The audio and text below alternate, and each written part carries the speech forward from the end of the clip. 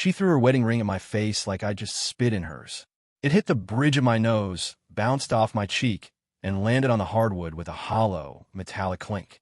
Rolled under the coffee table like a dropped coin. I didn't move. Just stared at her, the way you stare at a car, crash happening in slow motion. All I had asked was one question. 7 words. Are you in love with him? That was it. No yelling. No name calling. Just a question that had been living inside my chest for weeks, maybe months. Erica didn't answer me with words. She used her wedding ring. Her face, God, I'll remember that forever. Not guilt, not regret, just pure fury, like I'd ruined her evening by pointing out that the house was already burning. No, she said, sharp and clipped. I'm not doing this with you. Then she turned and left. No coat, just her keys and her phone and that angry, stomping silence. I sat there for maybe an hour, staring at the coffee table, listening to the ring roll to a stop. It was strange how quiet the house was without her in it. But it wasn't peaceful. Not yet. Funny thing is, I wasn't even surprised. Not really. I'd known something was off for a while. I just hadn't wanted to say it out loud. Not until that night. We'd been together for over a decade. Married for 8. I met her at a New Year's Eve party back in 2012. She wore a red dress, the kind that turns every head when it walks in a room. She laughed loud, said exactly what she thought. She was magnetic. I fell fast and hard. We moved in together after a year, got married in 2015, and bought a little house in Durham. Beige vinyl siding, 2 bedrooms, crooked mailbox. She painted the kitchen yellow. I installed shelf. She never stopped nagging me to reinforce. It was simple. It was good.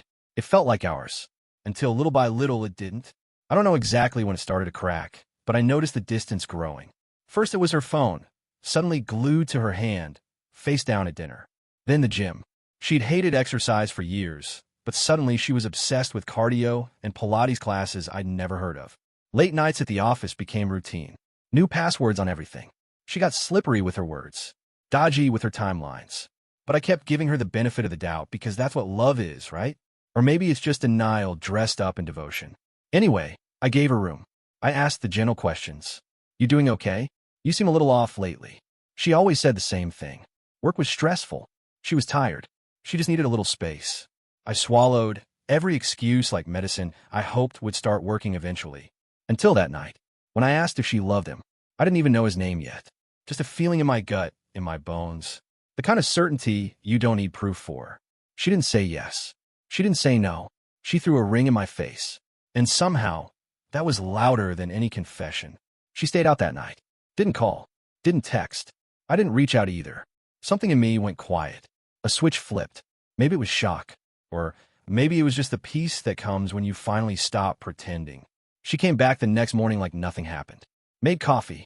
Sat at the kitchen counter in her old UNCW hoodie, scrolling through her phone like we were just roommates on a slow Tuesday. I'm staying at my sister's for a while, she said casually, still not looking at me. I need space. I nodded. You should go. She blinked, like she wasn't expecting me to agree so quickly. But she didn't fight it. Later that day, I found a ring under the coffee table. Cleaned it off, put it in a small jewelry box, and set it on her dresser with a note that just said, "You dropped this." She took it, left quietly. No hug, no apology, not even a glance. I thought I'd feel gutted or furious, but all I felt was hollow. The silence afterward felt unnatural. Too calm, like waiting for a storm that already passed. I started noticing all the little ghosts around the house. The way she used to leave coffee mugs half finished on the nightstand. Her floral shampoo smell still faint in the shower curtain.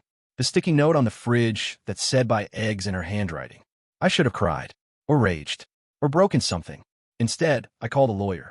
Divorce papers were sent out a week later. She didn't reply. Not right away. Maybe she thought I was bluffing. Maybe she thought I'd wait for her to figure it out. But I didn't. And this is where everything changed. Because the unimaginable thing I did, I didn't scream. I didn't beg. I didn't expose her or call the other guy's wife. I let her go. Without a fight. Without noise. I made peace with it in the quiet. Then I disappeared. I deactivated all my social media. Changed my number. Sold the house without telling anyone. Packed up my life and moved across the state to a small town where no one knew my name. Started over from scratch. No revenge. No drama. Just clean air and freedom. And that's when it started. The calls. First from blocked numbers. Then emails. Then mutual friends asking if I was okay. Saying Erica was worried. Worried because I wasn't where she left me. Worried because the man who once waited for her, who once swallowed silence and doubt like medicine, was suddenly nowhere to be found. Turns out, vanishing is more terrifying than shouting ever could be. And she still doesn't know where I am. But that's the thing. I'm finally exactly where I need to be. It started with an email. Subject line, please talk to me. It had been a month since she left. I'd sold the house in Durham, put everything that mattered into the back of my old Tacoma, and driven east until I saw water. I ended up renting a small place on the coast. Nothing fancy. 2 rooms, wooden deck out back, salt air in the mornings. No memories in the walls. No shared closets. No echoes of fights about dinner or phones turned face down. I hadn't told anyone where I went, not even my own mother. It wasn't spite. I just needed stillness. I needed to be alone with the truth. So when the email popped up, I just stared at it. 3 sentences. I don't know where you went. Please don't do this. Can we talk? No apology. No admission. Just panic disguised as concern. I didn't respond. Not because I hated her, but because the version of me who would have jumped at a breadcrumb like that was gone. A week later, a mutual friend reached out. Jason, one of the few guys we stayed in touch with after college. Hey man, Eric has been asking around about you. Everything good? I told him I was fine, that I just needed time. I didn't tell him I changed jobs, changed cities, changed everything. I didn't tell him about the box of her old letters I burned in the backyard one night with a bottle of whiskey and a playlist from 2013. I didn't tell him about how I'd started sleeping through the night again for the first time in years. But I think he could hear it in my voice. You sound different, he said. I am. The next message from her came 2 weeks later. This time longer. Rambling. She said she missed me, that she was confused and hurting and didn't know how things got this bad. She didn't mention the other guy, not once. No explanation. No confession. Just a sudden nostalgia for the life she'd walked out of like it was a room she could walk back into. I read the email 3 times, and then I deleted it. There's a specific kind of freedom in not needing closure from the person who hurt you. I used to think I needed an apology, or the truth, or some final conversation where we could lay it all out and make sense of the mess. But as the weeks passed, I realized that healing didn't come from her. It came from me finally choosing myself. I'd started new routines, morning walks, home-cooked meals, small projects in the garage. Nothing dramatic, but they felt like mine. Fully mine. Some nights, I'd sit out on the deck and watch the tide come in, cold beer in hand, and think about how many parts of myself I'd compromise for the sake of that marriage. The version of me that stayed quiet to keep the peace. The version that accepted less and called it love. The version that slept beside someone who had already emotionally left the room. I remember one night, I found an old photo of us from the early days. We were on the hood of her car, laughing at something stupid, her arm wrapped around my neck, that same red dress from the party bunched at her knees. I stared at that photo for a long time, not with bitterness, not with longing, just with this quiet sadness for the people we used to be, for the version of her who hadn't needed lies, for the version of me who hadn't yet learned how to let go. Then I threw it away. The final email came almost 2 months after she left. It was desperate, raw. She said she'd made a mistake, that she hadn't realized what she had until it was gone, that she'd ended things with him, still refusing to use his name, and that she wanted to try again, that if I came back, we could rebuild. She said she knew it would take time, that she understood if I needed space. But she ended it with this line, I'll wait for as long as it takes. And I laughed, not because I was cruel, but because the irony was sharp enough to cut through bone. I had waited. I waited when she pulled away. I waited when the distance grew. I waited through the nights when her phone lit up and she smiled at messages that weren't from me. And now she wanted to wait for me? I didn't reply to that email either. Because the truth is, I didn't need to. I wasn't angry anymore. I didn't hate her, but I didn't trust her, and I didn't love her. Not anymore.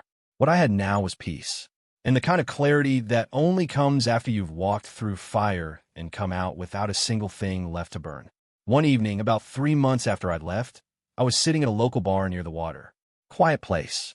Locals only. The bartender knew my name and poured my drink before I even asked. A woman sat down a few stools away, book in hand, leather jacket, messy bun. She caught my eye, smiled politely, went back to reading. Nothing dramatic. No sparks. Just 2 strangers in the same place at the same time. But that's the thing. I wasn't looking for anything anymore. I was just living. And that was more than I ever thought I'd feel again. About 6 months had passed when I saw her again. It wasn't planned. I was back in Durham for a weekend. Quick visit to sign some final paperwork with the lawyer, pick up a few tools I'd left in a friend's garage. I wasn't thinking about Erica. She didn't live in my head like that anymore. But there she was. Grocery store parking lot. Standing by her car, trying to juggle a bag of produce and a dropped receipt, hair pulled up in a messy knot. She looked tired. Not bad. Just different. Worn around the edges. She saw me before I could duck away. Her mouth opened like she wanted to say something. Then closed. I gave a polite nod.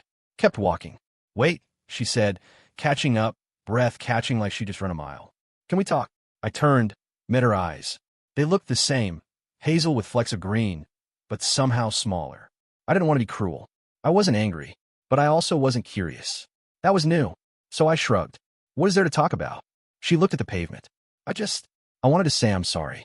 I let the silence hang. Not to punish her, but because I wanted to see if she could sit in it. She could. She waited. I was selfish, she said finally. I thought the grass was greener. I thought you'd always be there. I nodded. I thought that too. Her face shifted, something between sadness and shame. I ended it. With him. A while ago. I figured. I've been going to therapy, trying to understand why I blew up my life. That's good, I said, and I meant it. She looked at me then, really looked, like she was trying to see if there was anything left to hold on to. There's not, I said gently. I'm not coming back. She nodded. Tears welled, but she didn't cry. Just breathed out and said, I know. I just needed to say it. And for the first time since she'd thrown that ring in my face, I believed her. She wasn't trying to pull me back anymore. She wasn't bargaining. She was just letting go. So I did too. I reached into my wallet and pulled out a photo I'd kept, not of us, but of the coastline I now called home. Gave it to her. I'm happy now, I said. I hope you find that too.